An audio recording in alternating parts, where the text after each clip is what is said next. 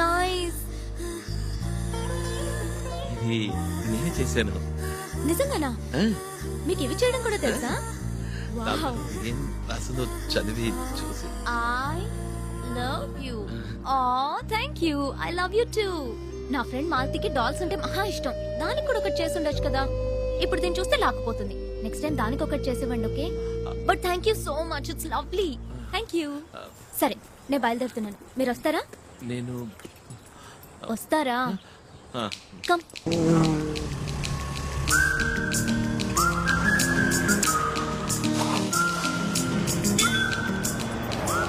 One minute.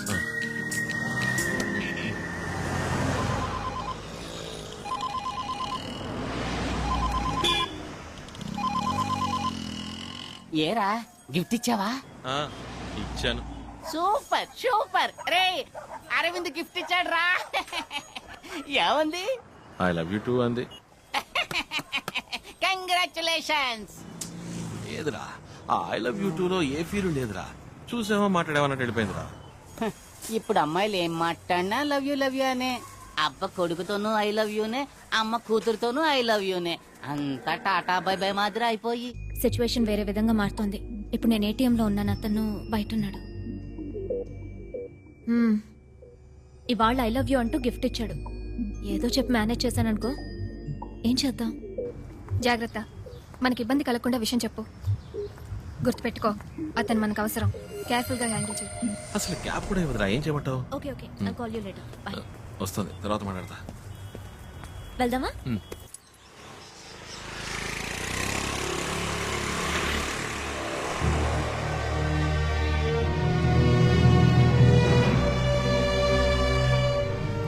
Arvind, ఒక 2 minutes ఇక్కడే ఉండండి, ఇప్పుడే వస్తాను. అలాగే.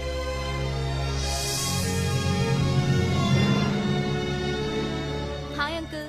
రామా శుభ, నీకోసమే వెయిట్ చేస్తున్నాను. ఓకే, తీసుకొచ్చావా? తెచ్చాను. నీ రీసెర్చ్ ఎంతవరకు వచ్చింది? 4 months ముందే పూర్తి చేశాను. ఇప్పుడు చైనాకి US కి తీసేసి పంపాను. ఇక్కడ కూడా పర్మిషన్ అప్లై వెరీ చేశాను. గుడ్. నా కోసం పెద్ద రిస్కే తీసుకున్నారు అంకుల్. ఊరికే ఉండేది కదమ్మా, నీకు ఉపయోగపడింది కదా.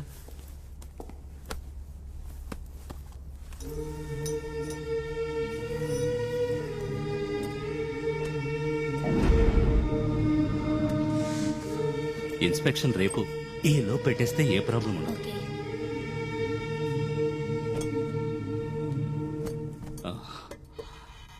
ఆ అబ్బాయితో చెప్పావుగా?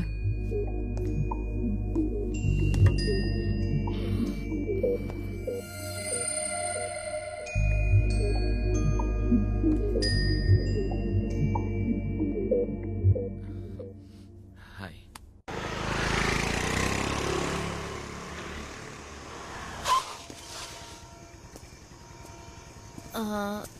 రేపు 10 o'clock ఫ్రీగా ఉంటారా మీరు? కొంచెం మాట్లాడాలి. ఓ, మాట్లాడుకుందాం. నేను కూడా కొంచెం మాట్లాడాలి. ఇద్దరం మాట్లాడబోయేది ఒకే విషయం గురించి అనుకుంటాను. Okay, bye. బాయ్.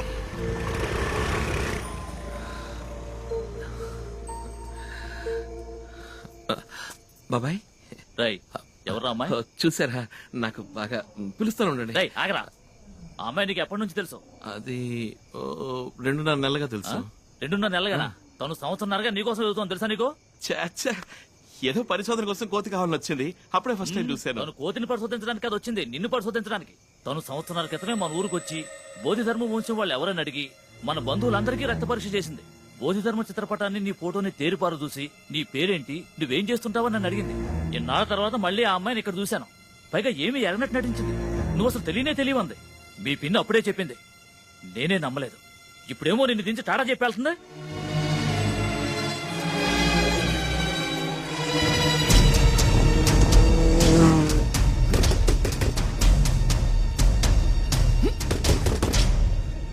అరవింద్, ఏంటి ఇప్పుడే డ్రాప్ చేశాను? ఎవరు నువ్వు? నన్ను 1.5 సంవత్సరాలుగా ఫాలో అవుతున్నావా? చెప్పు. అరవింద్, ఏం ఆశించి నన్ను ఫాలో అవుతున్నావు? అది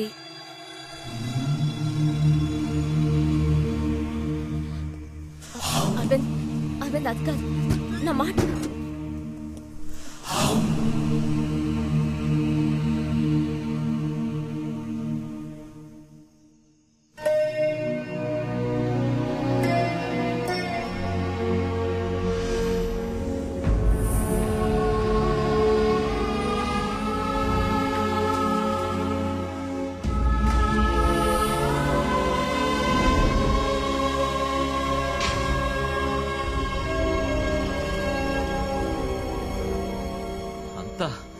ప్లాన్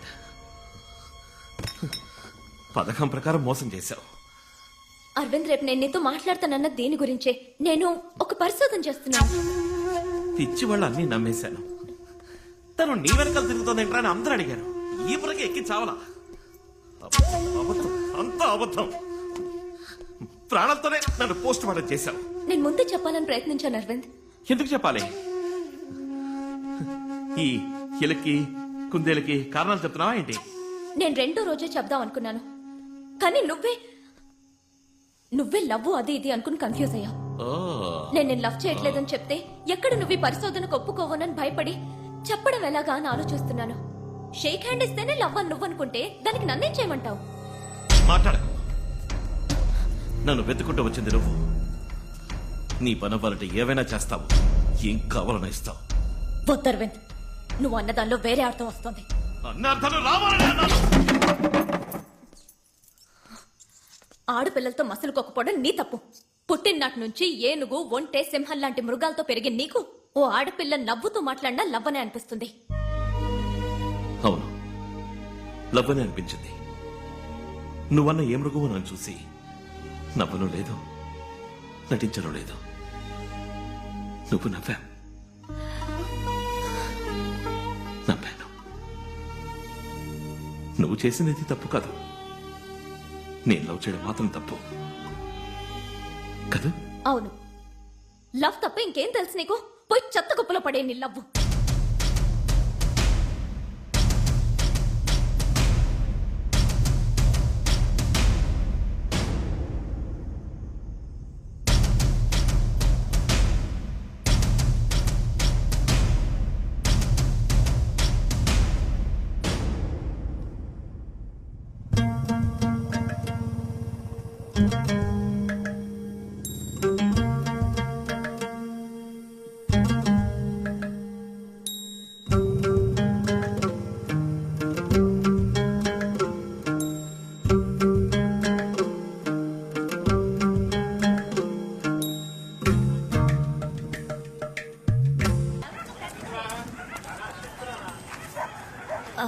అరవింద్,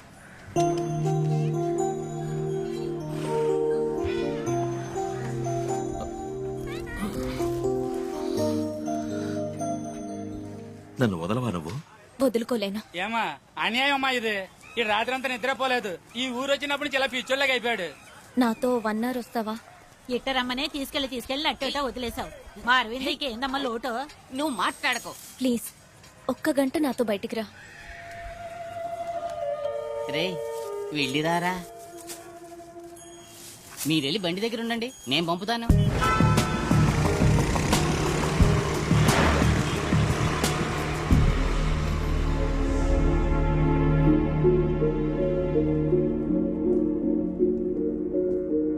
నన్ను ఇక్కడికి ఎందుకు తీసుకొచ్చావు? రా చెప్తాను. ఇక్కడున్న ప్రతి వస్తువు వెనక ఒక కథ ఉంది.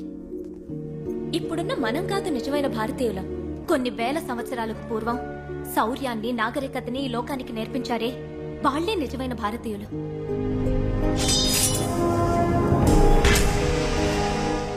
ఇది మ్యూజియం కాదు, ఆ మహానుభావుల స్మారక సౌధం.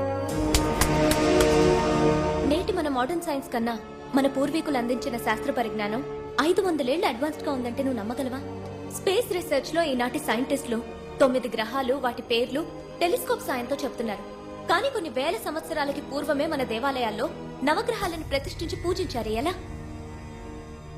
భూమి యొక్క బరువెంతో 1600 సంవత్సరాల క్రితం ఆర్యభట్ట ఎలా చెప్పారంటావు? రేపు వర్షం పడుతుందంటారు, ఎండ కాస్తుంది. ఎండ కాస్తుందంటారు, వర్షం పడుతుంది. ఇది మోడర్న్ సైన్స్. కానీ 20 సంవత్సరాల తర్వాత వచ్చే పౌర్ణమి, అమావాస్యల్ని అరుగు మీద కూర్చుని పంచాంగం చూసి ఖచ్చితంగా చెప్తున్నారే, ఎలా చెప్తున్నారంటావు? అదే పూర్వీకుల సైన్స్. ఈ మహాగ్రంథాన్ని చూడు.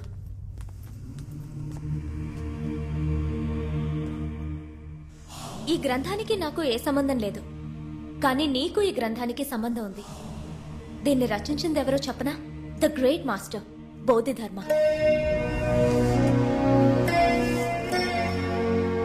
మన భారతీయుడు. ఆయన మరో బుద్ధుడని అంటారు ఓషో.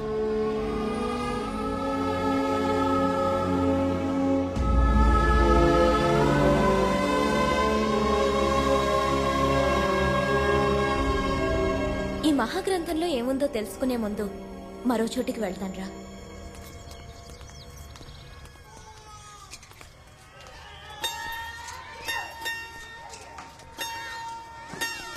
ఈ పిల్లల్ని చూడు, అందరికీ క్యాన్సర్.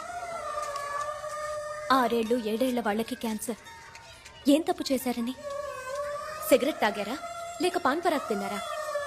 ఇంత చిన్న వయసులో వీళ్ళకి ఎందుకు ఈ వ్యాధి?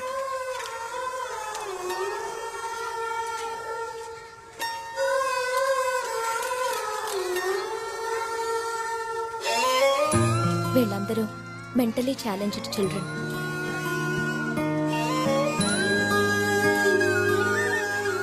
పిల్లలందరూ సంతోషంగా స్కూల్కి వెళ్తున్నప్పుడు వీళ్ళు మాత్రం ప్రాణాలకు పోరాడుతున్నారే, దీనికి కారణం ఏమంటావు? జెనెటిక్ డిసార్డర్, జన్యు సంబంధిత లోపం.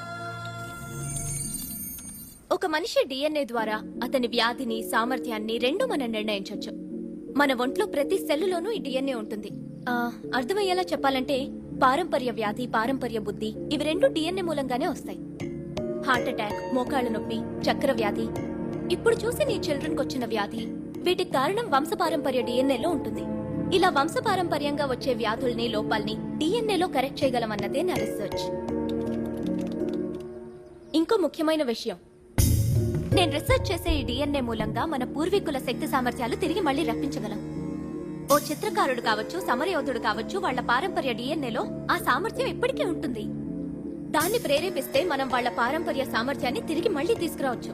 దీని గురించే బోధిధర్మ 1600 సంవత్సరాల క్రితం ఆ బుక్ లో రాశారు. డిఎన్ఏ రీసెర్చ్ కి సంబంధించి 1600 సంవత్సరాలకు ముందు రాసిన బుక్ లో ఉందా? వీళ్ళని దేవుళ్లుగా, మహర్షులుగా మనం చూడడం మాని ఒక సైంటిస్ట్ గా చూడాలి. ఈ మధ్య 2 ఏళ్లకు ముందు ఒక రీసెర్చ్ ఆర్గనైజేషన్ బోధిధర్ముని పూడ్చిన చోటును తవ్వారు. ఇటు చూడు, ఎంతకాలమైనా చెడని విధంగా పూడ్చబడిన బోధిధర్ముని తల వెంట్రుకలు, పళ్ల మూలంగా ఆయన డిఎన్ఏ దొరికింది. ఇది నేను ఇంటర్నెట్ లో చూశాను.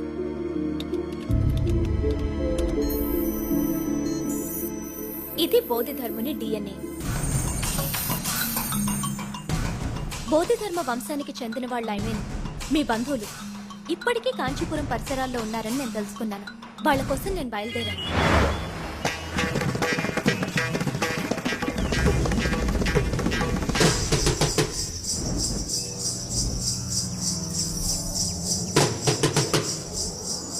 బోధిధర్ముని డిఎన్ఏ ప్యాటర్న్ మీ బంధువుల్లో ఎవరికన్నా మ్యాచ్ అవుతుందేమోనని అందరికీ రక్త పరీక్ష చేసి చూశాను.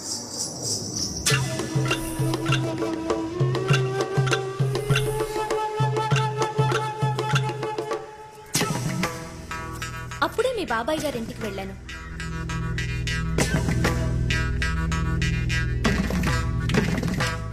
ఆ ఇంట్లో నేను అద్భుతాన్ని చూశాను. బౌద్ధధర్ముని పోలికలతో ఉన్న నీ ఫోటో అక్కడుంది.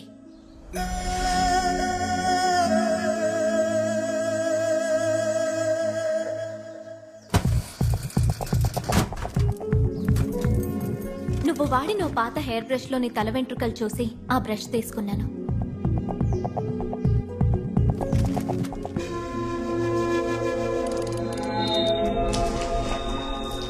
నేను ఊహించినట్టే నీ డిఎన్ఏ ప్యాటర్న్, బోధిధర్ముని డిఎన్ఏ ప్యాటర్న్ 80% మ్యాచ్ అయింది. ఆ తర్వాతే నిన్ను వెతుక్కుంటూ వచ్చాను.